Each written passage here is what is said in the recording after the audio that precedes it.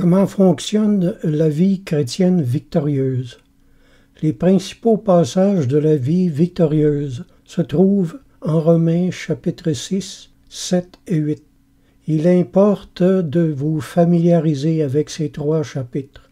Ils constituent le cœur même du christianisme. Quand je parle de vie victorieuse, c'est-à-dire être libre des chaînes du péché.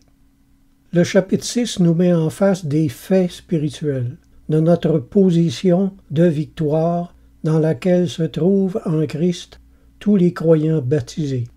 Je lis les principaux versets. « Sachant que notre vieil homme a été crucifié avec lui, afin que le corps du péché fût détruit, pour que nous ne soyons plus esclaves du péché, car celui qui est mort est libre du péché. Or, si nous sommes morts avec Christ, nous croyons que nous vivrons aussi avec lui. » Romains 6, versets 6, 7, 8. Si le croyant ne sait pas cette vérité à propos de sa position en Christ, il ne sera pas victorieux. Il vivra l'expérience douloureuse de Romains chapitre 7 et la vivra même en boucle pendant très longtemps. Le chapitre 7 se termine donc par un brisement. L'apôtre Paul écrit « Misérable que je suis, qui me délivrera de ce corps de mort ?» Ce brisement est donc essentiel à la victoire. Le chapitre 7 nous montre que le croyant a fait des efforts sans nombre pour être à la hauteur de la volonté de Dieu quant à sa sainteté, et il est maintenant épuisé, anéanti et sans force aucune pour continuer. Il lui semble que plus il a fait d'efforts vers la victoire, et plus elle lui a échappé. Mais l'Écriture poursuit avec cette parole merveilleuse. « Grâce soit rendue à Dieu par Jésus-Christ notre Seigneur. » Romains 7, 25. Épuisé, le croyant s'écroule devant Jésus, qui lui donne alors sa grâce. C'est une nouvelle étape de la vie chrétienne qui est décrite en Romains chapitre 8. Le croyant a fait la découverte de sa faiblesse à travers ses nombreux efforts.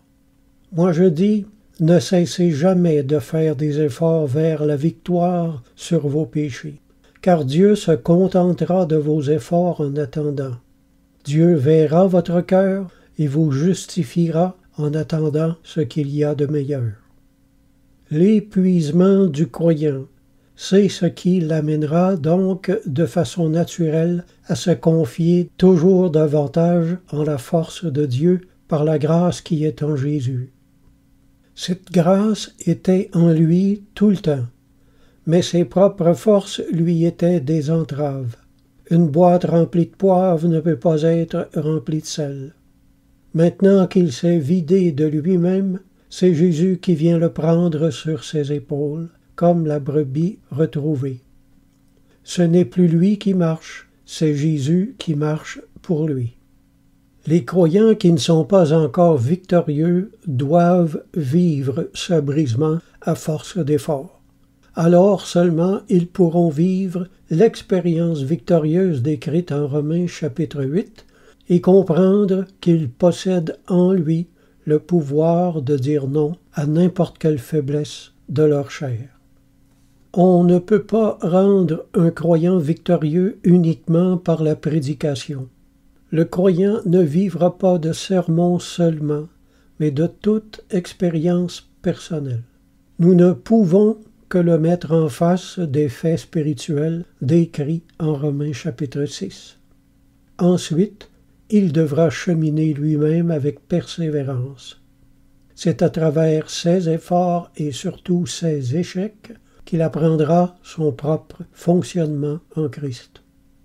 Tôt ou tard, si nous persévérons, nous comprendrons. Celui qui comprend la croix comprend tout. L'Esprit de Dieu nous révélera petit à petit le fonctionnement de la vie dans la grâce et de la victoire. Il n'y aura plus d'efforts à faire, ou presque. Les seuls efforts que Dieu nous demande sera d'obéir à la grâce de Jésus qui est en nous. J'espère que ce court résumé de Romains chapitres 6, 7 et 8 vous mettra sur la bonne voie, la voie du vrai principe de la sanctification et de la victoire. Amen.